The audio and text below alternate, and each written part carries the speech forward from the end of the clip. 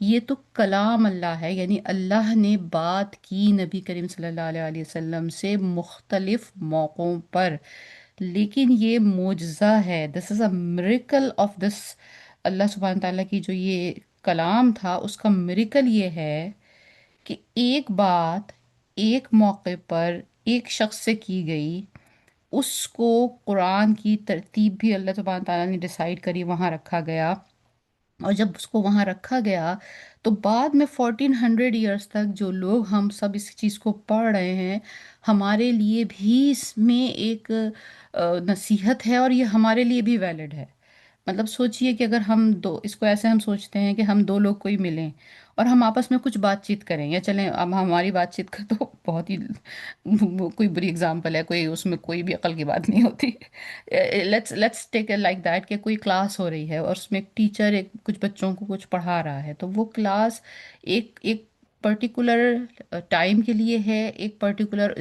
جو group of the people سامنے بیٹھے ہوئے ہیں ان کے لیے ہے، ان کے درمیان جو چیز بھی کنورسیشن ہوئی ہے وہ اس وقت کے لیے ہے، لیکن یہ کیسے ممکن ہے کہ وہ کنورسیشن جو ہے وہ آنے والی پوری نسلوں تک، نیکسٹ 1500 ایئرس تک بھی ویلڈ ہو؟ یہ کیسے ممکن ہے؟ سو دیٹس وائی دس از دا معجزہ آف دا قرآن۔ تو یہ بات یہاں پہ، یہ جو پورے جو تمہید میں نے باندھی ہے، جو یہ پورا بات کی ہے، اس کی ریزن یہ ہے کہ آیہ نمبر 61 سے حضرت ابراہیم کی سٹوری شروع ہو رہی ہے، او سوری، حضرت آدم کی سٹوری شروع ہو رہی ہے، اور سٹوری کا ایک پرٹیکولر پارٹ شروع ہو رہا ہے۔ تو اگین جو لوگ اس پوری ڈیپتھ میں نہیں گئے، ان کے ذہن میں فوری طور پہ یہ آتا ہے کہ اچھا ایک بات ہو رہی تھی، اور بات ہوتے ہوتے ایک دم اچانک سے حضرت آدم کا ذکر آ گیا، اور حضرت آدم کے ذکر میں بھی ایک پرٹیکولر اینگل کے اوپر روشنی ڈالی گئی ہے، it's not the whole story again. تو یہ کیا ہے؟ تو اگر ہم اس اینگل سے دیکھیں گے تو یہ ہمیں بہت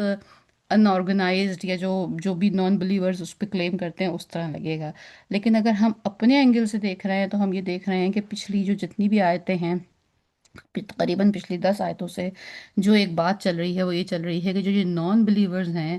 ان کی جو یہ نہ ماننے کی جو یہ کیفیت ہے،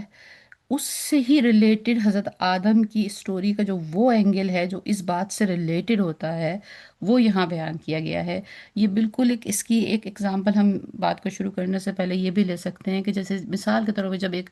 ماں باپ کسی بچے کو سمجھا رہے ہوتے ہیں کوئی بات، تو جب وہ اسے کوئی ریفرنس دیتے ہیں کہ دیکھو وہ جو ہے وہ اس بچے نے اتنا پڑھا تو اس کو بھی فائدہ ہوا، مثال کے طور پر وہ انہیں کنونس کر رہے ہیں کہ آپ کو اچھی اسٹڈی کرنی چاہیے، اچھا پڑھنا چاہیے، تو وہ جب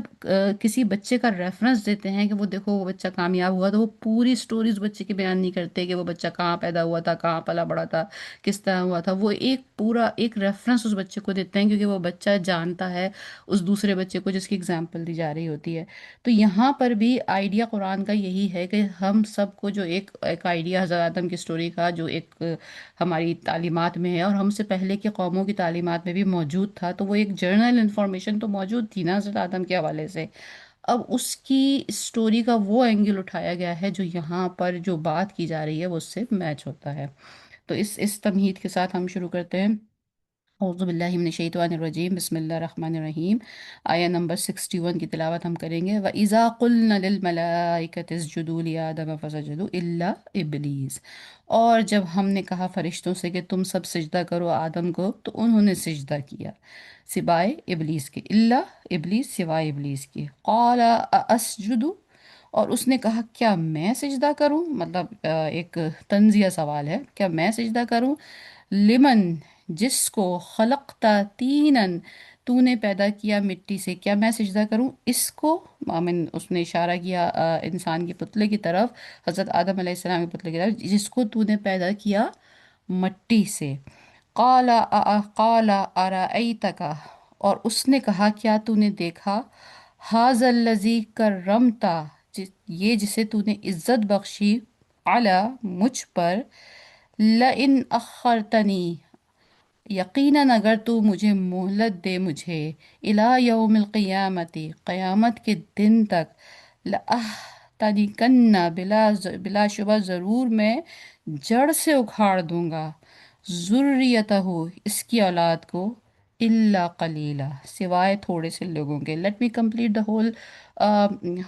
آیات آف دا پروفٹ آدم کی جو ہے، پھر ہم اس کو ایک ساتھ بات کر لیں گے. قال اذهبا، قال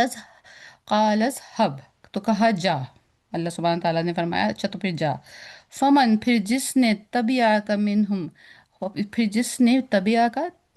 تبعات کی، پیروی کی، منہم ان میں سے، یعنی ان تمام اولاد آدم میں سے. فَإِنَّ جَهَنَّمَ، پس بے شک میں جہنم،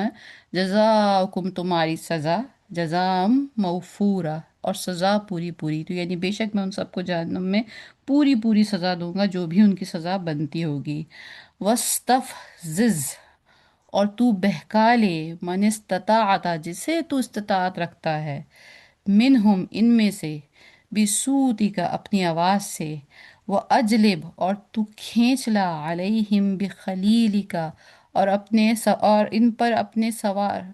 سوار کو،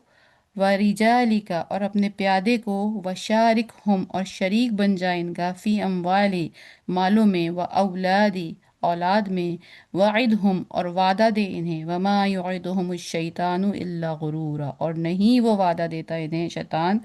مگر دھوکا. یعنی آیہ نمبر 64 تک حضرت ابراہیم، حضرت آدم علیہ السلام کی یہ کہانی آئی ہے. اور اس میں کیا کہانی آئی ہے کہ اور جب ہم نے فرشتوں سے کہا کہ آدم کو سجدہ کرو، تو سب نے کیا مگر ابلیس نے نہ کیا، اور بولا کہ بھلا میں ایسے شخص کو سجدہ کروں جسے تو نے مٹی سے پیدا کیا ہے. اور تنزن کہنے لگا کہ تو دیکھ تو صحیح، یہی ہے وہ جسے تو نے مجھ پہ فضیلت دی. اگر تو مجھے قیامت کے دن تک مہلت دے تو میں تھوڑے سے شخصوں کے سوا اس کی اولاد کی جڑ کاٹتا رہوں گا. خدا نے فرمایا کہ یہاں سے چلا جا، اور جو شخص ان میں سے تیری پیروی کرے گا تو تم سب کی جزا جہنم ہے، اور وہ پوری سزا ہے، یعنی کہ کمپلیٹ، اس میں کوئی کمی نہیں ہوگی. اور ان میں سے جس کو بہکا سکے اپنی آواز سے بہکاتا رہے، اور ان پر اپنے سوار اور پیاروں کو چڑھا کر لاتا رہے، یعنی جو بھی تیری ٹیکٹکس ہیں، جو بھی تیرے طریقے ہیں ان کو ٹیمپٹ کرنے کے، ان کے مال اور اولاد میں شریک ہوتا رہے، اور ان سے وعدہ کرتا رہے، اور شیطان جو وعدے ان سے کرتا ہے وہ سب دھوکا ہے. یہ مطلب یہاں پہ یہ آیتیں ہیں، اور آگے اس کی پھر وہ پورا وہ ہے، اس کی کنکلوژن ہے. اور جو میرے مخلص بندے ہیں ان پر تیرا کچھ زور نہیں،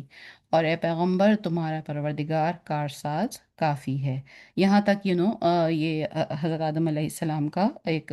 وہ لیا گیا ہے. تو بیفور گوئنگ انٹو دا، کہ یہاں پرٹیکولر یہ آیتیں کیوں، یہی اینگل کیوں ہم نے سلیکٹ کیا ہے اللہ سبحانہ تعالیٰ نے یہاں پہ بات کرنے کے لیے. ویسے تو اگر پچھلی آیتوں کو ہم سمجھ کے پڑھ رہے ہیں تو ہم ریلیٹ کر سکتے ہیں، لیکن اگر آپ اس وقت اسکرین پہ دیکھ رہے ہو تو یہ تھوڑا سا ایک میپ سا بنایا ہے، جسٹ ٹو انڈرسٹینڈ، تاکہ ہمارا جو ایک وہ والا اسٹوری لسننگ والا جو ہمارا ایک مائنڈ ہے، ترتیب سے چیزوں کے چلنے والا جو ایک مائنڈ ہے، پھر یہ ہوا جیسے ہی بات کسی اسٹوری ریفرنس کی آتی ہے، ہمارا دماغ ہمیشہ اسٹوری کی ترتیب کی طرف چلا جاتا ہے. تو ہم تھوڑا سا یہاں پہ اس نقشے کو دیکھ کے سمجھنے کی کوشش کرتے ہیں کہ یہ جو حضرت آدم علیہ السلام کا قصہ مختلف جگہ قرآن میں آیا، اور کوئی کوئی سا الگ الگ اینگل آیا، تو وہ کس طرح سے اس کو ڈسٹریبیوٹ کیا گیا ہے. تو بیسیکلی پورے قرآن میں حضرت آدم علیہ السلام کا قصہ 7 جگہ آیا ہے، ٹھیک ہے. اور اس میں سب سے پہلے سورہ بقرہ ہے، جہاں پر آیا نمبر 30 سے لے کر 39 تک قصہ آیا ہے. اور اس قصے میں جو وہاں پہ جو چیزیں بیان ہوئی ہیں وہ کریشن آف آدم ہے، یعنی اللہ سبحانہ تعالیٰ فرشتوں سے کہتے ہیں کہ میں ایک مخلوق بنا رہا ہوں جو آدم ہے. اور اینجلس جو کو کمانڈ کرتے ہیں کہ وہ پروسٹیٹ کریں. یہاں پر اینجلس کا وہ ڈائلاگ بھی ہے کہ جس میں وہ کہتے ہیں کہ وہ تو خون پھیلائے گا، اور اللہ سبحانہ تعالیٰ کہتے ہیں کہ تم نہیں جانتے کہ جو میں جانتا ہوں. اور پھر وہ اللہ سبحانہ تعالیٰ حضرت آدم علیہ السلام کو نام سکھاتے ہیں، اور پھر نام سکھا کر پھر وہ فرشتوں سے پھر پوچھتے ہیں کہ تم نام بتاؤ، اور پھر فرشتے کہتے ہیں ہم نہیں جانتے. اور پھر اس کے بعد سجدے کا حکم آتا ہے. اور یہاں پر بھی یہ ہے کہ ابلیس نے ریفیوز کیا، لیکن یہاں ابلیس کا کوئی ڈائلاگ نہیں ہے، الا ابلیس کر کے بات ختم ہو گئی ہے. اور پھر اس میں یہ ہے کہ حضرت آدم علیہ السلام کو اور ان کی بیوی کو جنت میں رہنے کی اجازت ملی، اور بعد میں جب وہ سلپ ہوئے تو پھر ان کا ڈسینڈ ہوا. تو یہ یہاں تک کی یہ ساری سٹوری اور یہ تمام اینگل جو ہیں سورہ بقرہ میں ہیں. اگر ہم اس کو ریلیٹ کریں تو ہمیں سمجھ میں آتا ہے at the beginning of the Quran, وہاں پہ سمجھنے کے لیے اس چیز کو یہ بیان، اس سے پہلے حضرت آدم کی اس سٹوری سے پہلے وہاں پر ایز یو کین سی آیا نمبر 30 to 39 ہے، شروع کی 20 آیتیں اور اس کے بعد سمجھ لیجیے 10 آیتیں اور ہیں جس میں اللہ سبحانہ تعالیٰ کی ربوبیت کا ایک ایک سمجھ لیجیے کہ ایک اسٹیج سیٹ کیا گیا ہے، اور وہاں حضرت آدم علیہ السلام کی اس پرٹیکولر قصے کی اس اینگل کا ذکر کیا گیا ہے، جس سے یہ پتہ یہ چلتا ہے کہ بیسکلی ہم حضرت آدم کی اولاد ہیں۔ حضرت آدم علیہ السلام کو اس طرح سے نالج کے لیے، علم کے لیے، اللہ سبحانہ تعالیٰ کی عبادت کے لیے تخلیق کیا گیا تھا، اور حضرت جب ان سے سلپ ہوا تھا تو انہوں نے توبہ کر لی تھی۔ اس توبہ کرنے کے بعد دوبارہ پھر یہ حکم ہوا کہ وہ دنیا میں تشریف لائیں، تو ان کی جو اولاد ہے وہ دنیا میں جو آئی ہے وہ ان کے کسی گناہ یا ان کی کسی غلطی کے پاداش میں نہیں آئی، گناہ کی تو معافی ہو گئی تھی، بلکہ وہ اس وقت وہ تو اکارڈنگ ٹو دا پلان ہی آئی ہے، کیونکہ جب فرشتوں نے پہلے کہا تھا نا کہ آدم کو آپ بنا رہے ہیں تو زمین پہ خون خرابہ ہوگا، اس کا مطلب ہے یہ تو طے تھا کہ آدم نے زمین پہ جانا تھا۔ لیکن آئیڈیا یہ ہے کہ جب جنت میں ہی حضرت آدم سے غلطی ہو گئی تو بیسیکلی یہ تو ایک طریقے سے اولاد آدم کے لیے تھوڑی سی گنجائش پیدا ہو گئی کہ بھائی دیکھو، ہم انسان تو خطا کا پتلا ہی ہے نا، غلطی تو ہو ہی جائے گی۔ یعنی انسان کے لیے یہ ریز جو بار جو ہے وہ اتنا ریز نہیں کیا گیا کہ بھائی کبھی غلطی ہوئی نہ، جو نبی ہیں ان سے کبھی غلطی نہیں ہوئی تو ان کی اولاد بھی کوشش کرے ان سے کبھی غلطی نہیں ہوئی۔ جب نبیوں سے غلطی ہو گئی تو اس کا مطلب ہے اولاد آدم سے بھی غلطی تو ہو ہی جائے گی، لیکن وہاں اللہ کا غفور الرحیم ہونا کام آئے گا، اور اس کے ساتھ ہی انسان کبھی پرفیکشن میں نہیں آ سکتا، لیکن اسی طرح اسی جنگ میں وہ شیطان کے ساتھ کہ وہ کبھی اس کے بہکاوے میں آ بھی جائے گا، لیکن جیسے ہی اس کو خیال آئے گا کہ اوہ میں بہکاوے میں آ گیا ہوں، تو ویسے ہی وہ ریپنٹنس میں آئے گا، اور ویسے ہی وہ دوبارہ نئی لائف شروع کرے گا۔ ابھی پچھلے دنوں جو ہم نے یہ الغفور اور الغفار اللہ سبحانہ تعالیٰ کا نام ہم نے ڈسکس کیا، تو سارا وہ کانسیپٹ یہی ہے کہ پوری انسانی زندگی اس سرکل میں چلے گی۔ ایسا نہیں ہوگا کہ آپ ہر وقت پرفیکٹ ہوں، کسی کسی وقت آپ سلپ ہو بھی جائیں گے، لیکن سلپ ہونا مسئلہ نہیں ہے، سلپ ہو کر اس گناہ کے اوپر اکڑ جانا یا یہ سوچ لینا کہ بھائی میں تو نہیں کر سکتا، بس اب میں تو اسی طرح ٹھیک ہوں، یہ ایک کیا کہنا چاہیے، مایوسی میں چلے جانا، یہ ہے اصل پرابلم۔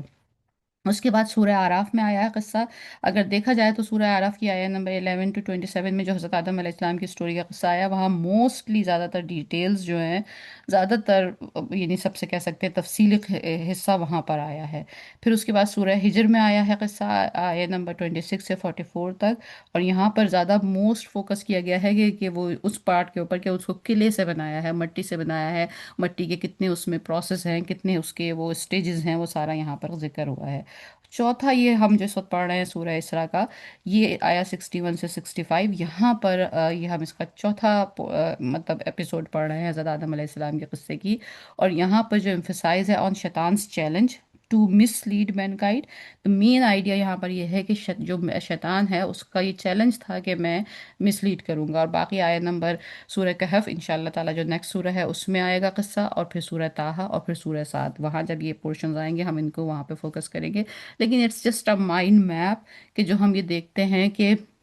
جہاں جس سورہ میں جو قصے کا جو پارٹ آیا ہے وہ اس سے بلانگ کرتا ہے۔ Now coming back to the again کہ یہاں پر کیا بات ہو رہی تھی اور کیا شیطان کا دعویٰ تھا اور کیا معاملہ تھا یہاں پر۔ عموماً نارملی یہ شیطان کے حوالے سے جو یہ ایک جو یہاں ہم نے بھی آیت بھی پڑھی ہے کہ اس میں جو وہ یہ کہتا ہے کہ تم نے اسے مٹی سے بنایا اور مجھے میں تو آگ سے بنا ہوں اور میں تو اس سے بہتر ہوں، تو کیا پرابلم یہ تھی کہ شیطان اس لیے انسان کو سجدہ نہیں کرنا چاہتا تھا کہ اسے مٹی سے بنایا گیا تھا اور شیطان کو وہ اپنے آپ کو اس سے بہتر سمجھتا تھا؟ پرابلم یہ نہیں تھا، پرابلم یہ تھا کہ اب جو جو شیطان جو انسان تھا اس کو زیادہ عزت، زیادہ تکریم اسے مسجود ملائک یعنی ملائکہ کو، فرشتوں کو، اینجل کو سجدہ کر کے جو عزت اس کو دی جا رہی تھی، تو شیطان کو اسی وقت یہ چیز نظر آ رہی تھی کہ یہ مجھ سے آگے عزت و اکرام میں بڑھ جائے گا، اور یہ بات ابھی آگے کی آیتوں میں بھی آئے گی، جب یہ حضرت آدم کی سٹوری سے آگے نکل جائیں گے ہم وہاں پر اس پرٹیکولر کانسیپٹ کو دیکھیں گے۔ تو شیطان کو بیسیکلی اپنا ایک کمپٹیٹر نظر نظر آ رہا تھا وہاں پر. مسئلہ یہ نہیں تھا کہ اس کو یہ تھا کہ یہ آپ مٹی سے بنا ہے تو اس وجہ سے میں سجدہ نہیں کروں گا. فار ایگزامپل اگر وہ حضرت آدم کا پتلا بھی واقعتاً آگ سے ہی بنا ہوتا، مطلب برابر کا مٹیریل ہوتا جو شیطان جس سے بنا ہے، جو کہ شیطان جنوں میں سے تھا، اور وہ آگ کی لپٹ سے بنے ہیں. فار ایگزامپل اگر یہ ایک لمحے کے لیے تصور کر لیں کہ اگر یہ مسئلہ حل کر دیا جائے کہ وہ مٹی سے جو بنی تھی کریشن، وہ مٹی سے نہیں تھی بلکہ وہ برابر ہی کسی مٹیریل سے اتنا ہی ایک جو ریسپیکٹ کے لائق مٹیریل ہو سکتا تھا وہ اسی سے بنی تھی، تو کیا شیطان سجدہ کر لیتا؟ نہیں. وہ سجدے کا مسئلہ یہ تو ایک اس کا بہانہ تھا، یہ تو ایک آرگیومنٹ تھا جو اس نے پیش کیا تھا. بیسیکلی اصل میں بات یہ تھی کہ اس کو یہ نظر آ رہا تھا کہ یہاں میرا کمپٹیشن آ گیا ہے اب، اور کمپٹیشن اس میں وہ اپنے آپ کو ہارتا ہوا محسوس ہو رہا تھا. تو بیسیکلی یہ ایک بزدلی ہے ایک کمزور آدمی کی، ایک ایسے شخص کی جو یہ ایکسیپٹ نہیں کر سکتا کہ دوسرا کوئی مجھ سے زیادہ کیپیبل ہے، مجھ سے زیادہ ٹیلنٹڈ ہے، مجھ سے زیادہ اس کے اندر کوئی صلاحیت ہے جس کو مجھے ماننا چاہیے. اور اگر اس بات کو if I'm able to clear it، سو انسانوں میں جب ایک انسان دیکھتا ہے کہ دوسرا انسان اس کے مقابلے میں زیادہ بڑھ رہا ہے آگے، یا لوگ اس کی زیادہ بات سن رہے ہیں، یا لوگ زیادہ اس کو توجہ دے رہے ہیں، یا کوئی اس کو زیادہ محبت مل رہی ہے، یا کوئی چیز اس کو زیادہ مل رہی ہے، تو اس کے دوسرے انسان کے دل میں جو جیلسی پیدا ہوتی ہے، جو وہ ایک دشمنی پیدا ہوتی ہے، اور اس جیلسی، اس حسد اور اس جلن کے انڈر وہ جا کے اس دوسرے انسان کو جو نقصان پہنچانے کی کوشش کرتا ہے، یہ ایگزیکٹلی وہی شیطانی ایک وہی شیطانی ایک سوچ ہے، ایک تھاٹ ہے جو شیطان ہی اس انسان کے اندر پیدا کرتا ہے. یعنی اس کا مطلب یہ ہوا کہ جب جلن کی جو کیفیت، حسد کی جو کیفیت ایک انسان کے اندر دوسرے انسان کے لیے پیدا ہوتی ہے، تو وہ ایگزیکٹلی شیطانی سوچ ہے، اور وہ شیطان نے ہی پیدا کی ہوتی ہے. جب یوسف کے بھائیوں کے دلوں میں، حضرت یوسف علیہ السلام کے بھائیوں کے دلوں میں یہ خیال پیدا کیا آیا کہ نہیں، بابا جو ہیں وہ یوسف سے زیادہ پیار کرتے ہیں اور ہم سے کم کرتے ہیں، تو یہ جو چیز تھی جو ان کو نگیٹیوٹی کی طرف لے کے گئی، یہ وہی سچاری سوچ ہے کہ جس نے یہاں پر ایک شیطان کو حضرت آدم سے سجدہ کرنے سے منع کیا تھا. جب حابیل اور قابیل، حضرت آدم ہی علیہ السلام کے دو بیٹوں کے درمیان یہ ہوا کہ جب انہوں ایک بیٹے نے یہ دیکھا کہ دوسرے بیٹے کی قربانی قبول ہوتی ہے، اس کی جو شادی ہے وہ جو کہ اس میں ہے کہ بھئی وہ زیادہ جس عورت سے ہوتی ہے وہ مجھ سے، وہ اس کو زیادہ توجہ دیتی ہے، جہاں انسان کو یہ محسوس ہوتا ہے اور امیڈیٹلی اس کے دل میں یہ خیال آتا ہے، تو یہ ہے ابلیسی سوچ. جیسے ہی میرے دل میں یہ خیال آئے کسی دوسرے کو دیکھ کے کہ بھئی یہ تو بہت آگے بڑھ رہا ہے، تو پہلی سوچ جو انسانی سوچ آنی چاہیے، جو گائیڈنس والی سوچ انسان کے دماغ میں آنی چاہیے، وہ یہ آنی چاہیے کہ اس کو اللہ نے یہ عزت دی ہے. کسی کو اللہ نے اگر وہ عزت نہیں دینی ہے تو وہ اسے آگے کیوں بڑھائے گا؟ دنیا کے حساب سے آپ یہ کہہ سکتے ہیں کہ بھئی سم ٹائم کوئی واقعات عزت کے لائق نہیں ہو سکتا، that is a separate thing, لیکن مجھے یہ سوچنا ہے کہ یہ سارا سیٹ اپ شاید کوئی عزت کے لائق ہے یا نہیں ہے. اگر کسی وقت دنیا میں ایسا سیٹ اپ نظر آ رہا ہے تو یہ اللہ ہی نے بنایا ہے، وہاں اللہ سبحانہ تعالیٰ ہی نے آدم کو بنایا تھا نا، اور شیطان سے یہ کہا تھا کہ تم سجدہ کرو. تو اس کا مطلب یہ ہے کہ یہ سیٹ اپ اللہ کی طرف سے ہے. What I need to do, I need to just bow down in front of اللہ سبحانہ تعالیٰ. اگر وہ چیز میں غلطی ہے تو اس غلطی کو اللہ سبحانہ تعالیٰ میرے لیے خود درست کرے گا. اور اگر واقعتاً وہ شخص اس لائق ہے کہ اس کی مجھ سے زیادہ عزت و احترام دیا جائے، یا جو بھی ایک کمپٹیشن کہیں پہ کسی آدمی کا کسی کے ساتھ چلتا ہے، تو پھر وہ ایکسیپٹ کرنا اس کو کھلے دل سے ہی ابلیس کی سوچ سے الگ جانے والی بات ہے، اپوزٹ جانے والی بات ہے. لیکن اگر ہم جیلسی میں چلے جاتے ہیں، جلن میں چلے جاتے ہیں، کچھ لوگوں کا معاملہ صرف یہیں پہ رک جاتا ہے، وہ دل میں ہی برا سوچ کے اور کڑ کے ختم ہو جاتے ہیں، وہ پھر بھی وہ والی بات ہے کہ ایک لوور سٹیج ہے. کچھ لوگ پھر اس نفرت میں آگے بڑھتے ہیں اور پھر وہ نقصان، فزیکل نقصان یا ایک مٹیریل نقصان پہنچانے کی کوشش کرتے ہیں دوسرے انسان کو جو ترقی کر رہا ہے، جو کہ شیطان نے یہاں وعدہ کیا کہ میں ایسا کروں گا اور میں انہیں بھٹکانے کی کوشش کروں گا. تو یہاں سے بات یہ سمجھ میں آئی کہ کسی دوسرے کو زیادہ عزت ملتے دیکھ کے زیادہ، اپنے سے زیادہ کوئی بھی چیز ملتے دیکھ کے اگر دل میں نگیٹو خیال پیدا ہو رہا ہے تو اسی لمحے اس کو ہمیں چیک کرنا چاہیے کہ ہمیں دس از، یہ پرٹیکولرلی وہی پوائنٹ ہے جہاں پر شیطان اکھڑ گیا تھا، اور اس نے اپنی ساری عبادت اور سارا جو اس کا وہ جو بھی کچھ کیریئر تھا اور جو بھی اس کا مقام تھا، وہ اس نے اس کو ایک اسے وہ باہر ہو گیا تھا۔ تو آگے آگے جو کہتے ہیں، اور وہ تنزن کہنے لگا، تو دیکھ تو صحیح ہے، وہ جیسے تو نے مجھ کو فصیلت دی، اگر تو مجھ کو قیامت کے دن تک مہلت دے تو میں اس کے سوا تمام اولاد کی جڑ کاٹتا رہوں گا۔ جڑ کاٹنے کا مطلب یہی ہے کہ انسان کو جب سجدہ کروایا گیا فرشتوں سے، تو بیسیکلی اس کو عزت کے اس مقام پہ رکھا گیا کہ جو سب سے ہائیسٹ مقام ہے، اشرف المخلوقات، اسی لیے اس کو کہا جا رہا ہے۔ تو جڑ کٹنے کا مطلب یہ ہوتا ہے کہ یعنی جو آئیڈیا ہے، جس آئیڈیا کے تحت اس مخلوق کو پیدا کیا گیا تھا، جب وہ انسان تو کیا، اور فرشتے سے اوپر جانا تو بہت دور کی بات، جب وہ انسان ہونے سے بھی نیچے گر جائے گا ان شیطان کی باتوں میں آ کے، جب وہ جانوروں والی حرکتیں کرنا شروع کرے گا،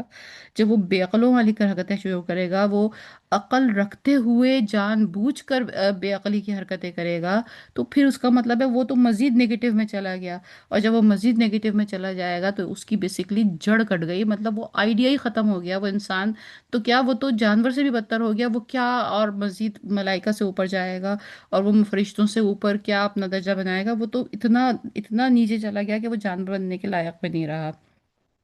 مطلب اس وقت آپ اگر ہم آج کل کے حالات کو اس سے ایک تشبیہ دیں،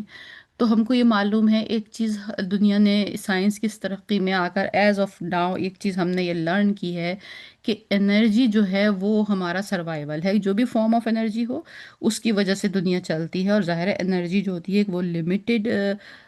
اس کی ریسورسز ہیں، تو اس کی وجہ سے جب وہ لمیٹڈ ہے، اس کے کنزیومر زیادہ ہیں، اس کے استعمال کرنے والے زیادہ ہیں، تو ہمیں ہر وقت ہمارے پاس ایک مسئلہ رہتا ہے کہ انرجی کم ہے اور ہمیں اس کی ضرورت زیادہ ہے۔ یہ سب جانتے بوجھتے بھی جب انسان، حضرت انسان خود آپس میں لڑائی میں اس انرجی کو ہی برباد کر رہا ہے جو کہ فی زمانہ ایک زندگی کا نظام چلانے کے لیے ضروری ہے، وہی سمندر میں برباد ہو رہی ہے، جو یہ تمام آئل ٹینکرز جل رہے ہیں اور ختم ہو رہے ہیں۔ تو جب یعنی یہ وہ آئل ہے جو جو سستا تو کیا، مہنگا بھی بڑا مشکل سے اور عوام الناس کو نصیب ہوتا ہے، جس سے وہ اپنی زندگی کا کاروبار چلاتے ہیں۔ تو یہ وہ چیز تھی، وہ ریسورس تھی جو اللہ سبحانہ تعالیٰ نے عطا کی تھی، یہ وہ نعمت تھی جو انسانوں کو عطا کی گئی تھی، جس سے وہ آج کل کی زندگی میں جو آج کل کے زمانے کے حساب سے اپنا وقت گزارتے ہیں، اس کو وہ اپنی لڑائی میں خود برباد کر رہے ہیں۔ یعنی کہ وہ یہ جانتے ہیں کہ اگر یہ سب چیزیں برباد ہو گئیں تو وہ اس کے بعد خود 100 سال 200 سال یا پتہ نہیں ان کی اپنی زندگیوں میں کتنے مسائل کھڑے ہو جائیں گے، لیکن یہ ساری عقل رکھتے ہوئے وہ اپنی اس شیطانی لڑائی میں جو شیطان بیچ میں نے وسوسہ ڈالا ہے، اس کی وجہ سے وہ اس سب چیز کو برباد کر رہے ہیں۔ تو یعنی یہ اس نے جو کہا تھا نا کہ میں جڑ کاٹ دوں گا، یعنی جو اس مخلوق کا ترہ امتیاز ہے، جو اس کی آئیڈینٹی ہے، جس پرٹیکولر کام کے لیے، مشن کے لیے اس کو پیدا کیا گیا ہے، میں اس کا ریکارڈ اتنا خراب کر دوں گا کہ یہ ملائکہ سے تو اوپر کیا، یہ جانوروں سے بدتر ہو جائے گا۔ تو اس پر اللہ سبحانہ تعالیٰ نے فرمایا کہ اگر اس میں سے کوئی جانوروں سے بدتر حرکت کرے اور انسانیت کی سطح سے گرے، تو وہ اس گمان میں نہ رہے کہ میں نے اس ان کے باپ کو سجدہ کروایا تھا۔ کوئی بھی انسان اس گمان میں نہ رہے کہ وہ مخلوق، کہ وہ اس کو ملائکہ نے سجدہ کیا تھا۔ یہ سجدہ جو تھا یہ کنڈیشنل ہے،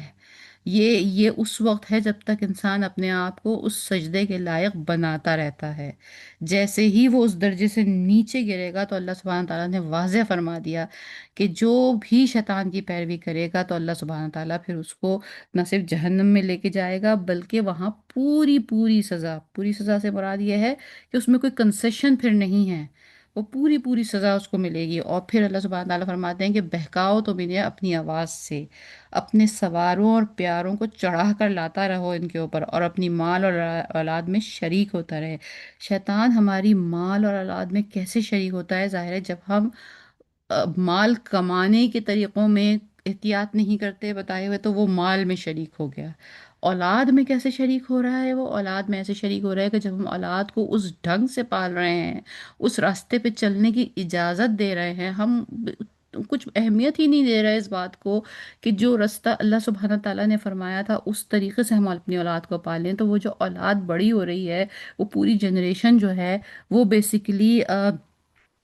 شیطان ہی کی جنریشن بن رہی ہے، تو وہ اولاد اور مال میں ہمارے ساتھ شریک ہوتا چلا جا رہا ہے۔ تو یہ اللہ سبحانہ تعالیٰ نے فرمایا کہ نو پرابلم، تم جتنے کو دل چاہے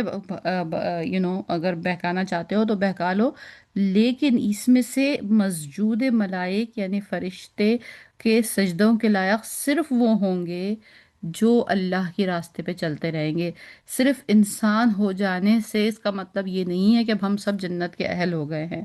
ہم کو یہ پورا پروف کرنا پڑے گا کہ ہم کو جس حساب سے بنایا گیا تھا ہم وہ حساب کر رہے ہیں یا نہیں کر رہے ہیں۔ اور جو میرے مخلص بندے ہیں تیرا ان پہ کچھ زور نہیں چلے گا، اور اے پیغمبر تمہارا پروردگار کارساز کافی ہے۔ یہ جو آیت نمبر 65 کے آخر کا جو فریز ہے نا، اے پروردگار تمہارا پروردگار کارساز کافی ہے، کہ مطلب یہاں پہ یہ ہے کہ جو پچھلی پوری یہ جو تمام پچھلی آیتیں تھیں جس میں مکہ کے لوگوں کا جو بیہیویئر نبی کریم صلی اللہ علیہ وسلم کے سامنے آ رہا تھا، جس میں وہ مذاق اڑا رہے تھے توحید کا، جس میں وہ ایک ریبیلیس ان کا معاملہ نظر آ رہا تھا، تو اللہ سبحانہ تعالیٰ نے حضرت آدم علیہ السلام کی اس اسٹوری کے اس پارٹ کو یہاں لاگے رکھا ہے کہ بیسکلی یہ تمام مسئلہ ان لوگوں کے ساتھ بھی یہی ہے کہ ان کو یہ نظر آ رہا ہے کہ اگر اس آدمی کی صلی اللہ علیہ وآلہ وسلم تبلیغ چل گئی اور لوگوں نے ان کی بات ماننا شروع کر دی تو کعبے سے تو بت ہٹ جائیں گے، ہماری ساری جو چودراہٹ ہے، ہماری ساری جو دکان چمکتی ہے، ہم جو بڑے بنے ہوئے ہیں، ہم تو بالکل ایک نارمل، ہم اور ایک حبشی غلام دونوں برابر آ جائیں گے اگر اسلام کی تعلیمات کو مان لیا گیا تو پھر ہمارا تو معاملہ ہی ختم ہو جائے گا۔ تو اس وجہ سے یہاں پر ان کا یہ معاملہ تھا کہ یہ پرٹیکولر پیراگراف یہاں بنایا گیا ہے، اور یہ ہمارے لیے بھی ہے کہ ہم کو یہ دیکھنا یہ ہے کہ اگر ہم اس رستے پہ چلتے ہیں، اور یہ جو ہے نا وعدے کرتا ہے، آپ یہ سوچئے کہ شیطان کچھ نہیں دیتا انسان کو، وہ صرف خواب دکھاتا ہے، سراب جسے ہم اردو میں کہتے ہیں، illusion، اور انسان اس کے پیچھے بھاگتا چلا جاتا ہے۔ مطلب کتنا انسان کی عقل ماری جاتی ہے کہ کوئی سالڈ چیز وہ انسان کو دے نہیں سکتا ہے شیطان، صرف وعدہ، صرف بہلاوا، تم ایسا بے ایمانی کر لو گے، تم اگر اتنے پیسے چرا لو گے تو تم اتنا اچھا، تمہیں یہ چیز مل جائے گی، تو اس سے اتنا اچھا ہو جائے گا، اس سے اتنا اچھا ہو جائے گا، اور اس دھن میں وہ انسان اس کے پیچھے چلتا چلا جاتا ہے، چلتا چلا جاتا ہے، لیکن اس کو وہ سراب کبھی بھی نہیں ملتا۔ یہاں سے اسی بات کو اس پورے پوائنٹ کو سمجھانے کے لیے، اسی بات کو لے کر پھر اللہ سبحانہ تعالیٰ آگے ایک اور اینگل سے سمجھانے کی کوشش کرتے ہیں۔ آیا نمبر 66 ہے، تمہارا پروردگار وہ ہے جو تمہارے لیے دریا میں کشتیاں چلاتا ہے تاکہ تم اس کے فضل سے روزی تلاش کرو، بے شک وہ تم پہ بڑا مہربان ہے۔ دریا کا ذکر یہاں اچانک کیوں آیا ہے؟ اس کا ایک ریفرنس تو یہ ہے کہ مکہ کے جو لوگ تھے، مطلب اگر ہم پرٹیکولر صرف مکہ کے حوالے سے بات کریں کہ یہ آیتیں ان سے مخاطب تھیں، تو وہ ایک چیز کو بہت ہی زیادہ ناپسند کرتے تھے، یا یوں کہنا چاہیے انکمفرٹیبل ہوتے تھے۔ مطلب وہ لوگ بہت اچھے گھوڑ سوار تھے، انہیں بڑا اچھا ٹیکنیکس آتی تھیں کہ صحرا میں جو سفر کرنے کے لیے جو چیزیں ہوتی ہیں اسے کس طرح کرنا چاہیے، جانوروں کو کس طرح سدھانا چاہیے، کیا کیا سامان جو ریگستان میں سخت گرمی میں سفر کے لیے، اور کس طرح وہ تمام مشکلوں کو کس طرح سے ہینڈل کریں گے، اس پہ ان کی بڑی کمانڈ تھی۔ لیکن جو دریا کا جو معاملہ تھا اس میں ان کی بہت کچھ کمانڈ نظر نہیں آتی، جیسے کہ ہم لائف آف ہسٹری میں، لائف آف پروفٹ میں بھی دیکھتے ہیں کہ بہت بعد میں جا کر جو ہے نبی کریم صلی اللہ علیہ وسلم کی لائف میں ایون کوئی ایسا ہمارا جو اسلامک جو آرمی کہہ لیجیے یا فوجی دستے جو کہہ لیجیے جو جاتے تھے، اس میں وہ جو بحری بیڑا جسے کہتے ہیں، یعنی کہ جو سی کی جو آرمی ہوتی ہے، وہ کچھ اس کا کوئی کانسیپٹ ہی نہیں تھا، کیونکہ وہاں جو مکہ کے لوگوں کا جو معاملہ تھا وہ اس چیز کو ٹوٹلی اوائڈ کرتے تھے، اور ان کا جو بزنس راؤٹ بھی تھا جو نارتھ میں جاتا تھا، شام تک، سیریا تک، ڈیماسکس تک، یا وہ ساؤتھ میں جاتا تھا یمن تک، وہ سارا کا سارا خشکی کے اوپر تھا۔ گو کہ وہ دریا کے ساتھ ساتھ، ریڈ سی کے ساتھ ساتھ ٹریول کرتے تھے، but they don't want to cross the river. تو یہ ان کی ذرا سی کمزوری تھی، تو یہاں اللہ سبحانہ تعالیٰ نے اس کی طرف ایک ریفرنس کیا ہے کہ دریا میں جو کشتیاں چلاتا ہے اور تاکہ تم روزے چلاؤ، وہ بھی تو بے شک اللہ تم پر مہربان ہے۔ ہم اگر اس آیت کو اپنے لیے کیسے دیکھ سکتے ہیں؟ دیکھیے، ایک ہمیں سائنس میں 7 گریڈ میں 8 گریڈ میں پڑھایا گیا کہ یہ ارشمیدس رول، لا آف ارشمیدس ہے کہ اس طرح سے جو ایک ایک شیپ میں اگر ایک چیز کو بنا لیا جائے تو وہ باؤنس بیک ہوتی ہے، اور اس کی وجہ سے وہ چیز ڈوبتی نہیں ہے، تو پتھر ڈوب جاتا ہے اور شپ نہیں ڈوبتا، تو اس لیے کہ وہ باؤنس بیک کا رول ہے۔ کوشچن یہاں پہ یہ ہے کہ یہ باؤنس بیک کا رول بھی کس نے بنایا ہے؟ ایک چھوٹا سا پتھر تو ڈوب جا رہا ہے، اور ایک tons and tons and tons وزنی جہاز، اب جو ہم دیکھتے ہیں یہاں پر جو یہ فلائٹ کیریئرز ہیں، یا یہ جو کروز شپس ہیں، یا اور جو یہ ٹینکر والے شپس ہیں، جو کارگو شپس ہیں، اس کا اگر آپ وزن سوچئے کہ ایک ٹینکر کتنا بڑا ہوتا ہے، اور اس پہ لاتعداد tankers, I mean if you see کے کوئی unimaginable I believe number ہے کہ اس شپ کا کتنا وزن ہوتا ہوگا جس پہ اتنے ٹینکرز لدے ہوئے ہوتے ہیں۔ وہ کیسے نہیں ڈوب رہا ہوتا ہے؟ تو یہ اللہ سبحانہ تعالیٰ کا یہ ایک کھلا معجزہ ہے، لیکن چونکہ اس کو ہم ہمیشہ سے دیکھتے آ رہے ہیں، that's how it was designed for us. حضرت نوح علیہ السلام کو جب اللہ سبحانہ تعالیٰ نے کشتی بنانا سکھائی تھی، اس وقت کے لوگوں کے لیے شاید یہ کوئی نئی بات ہوئی، لیکن اس وقت سے کہ اب تک کے لوگ چونکہ کشتی کو سمندر میں تیرتا مستقل دیکھتے ہی ہیں، تو ان کو لگتا ہے او دس از، یہ ایک ہے اور اس طرح ہو جاتا ہے۔ لیکن کیا انسان یہ سوچتا نہیں ہے کہ یار ایک پتھر تو ڈوب رہا ہے اور یہ اتنی بڑی کشتی تیر رہی ہے؟ کیا یہ خدا ہی کا فضل نہیں ہے؟ یہ کیا یہ خدا ہی کی طرف سے ایک ارینجمنٹ نہیں ہے ہمارے لیے؟ اگر اللہ نہ چاہے تو وہ اتنی بڑی کشتی کی کیا حیثیت؟ وہ تو جیسا کہ ہم کہہ رہے ہیں چھوٹا پتھر بھی ڈوب جاتا ہے، تو بے شک وہ ہم پہ مہربان ہے، اور یہ اللہ کا سارا بنایا ہوا ایک سسٹم ہے، یہ اس میں بھی ہمارے لیے ایک نشانی ہے۔ تو پھر کیا ہوتا ہے؟ جب تم دریا میں تم کو تکلیف پہنچتی ہے، یعنی ڈوبنے کا خوف ہوتا ہے، تو جن کو تم پکارا کرتے ہو اس پر پروردگار کے سوا سب گم ہو جاتے ہیں۔ پھر جب تم کو ڈوبنے سے بچا کر وہ خشکی پہ لے جاتا ہے تو تم منہ پھیر لیتے ہو، اور انسان ہے ہی بڑا ناشکرا۔ اگر آپ کو یاد ہو تو کافی عرصہ پہلے ہم نے حضرت عتبہ رضی اللہ تعالیٰ عنہ کا ایک وہ کیا تھا، اسٹوری کی تھی، جو حضرت جو ابو جہل کے بیٹے تھے، کہ انہوں نے ساری زندگی، میں بہت ہی بریفلی یہاں پہ اس کو بتاؤں، کہ ساری زندگی ہی واز دا موسٹ، کیا کہنا چاہیے، بہت ہی سخت شدید اینیمی تھے اسلام کے، اور ہر طریقے سے انہوں نے مخالفت کی۔ وہ بدر کی جنگ میں بھی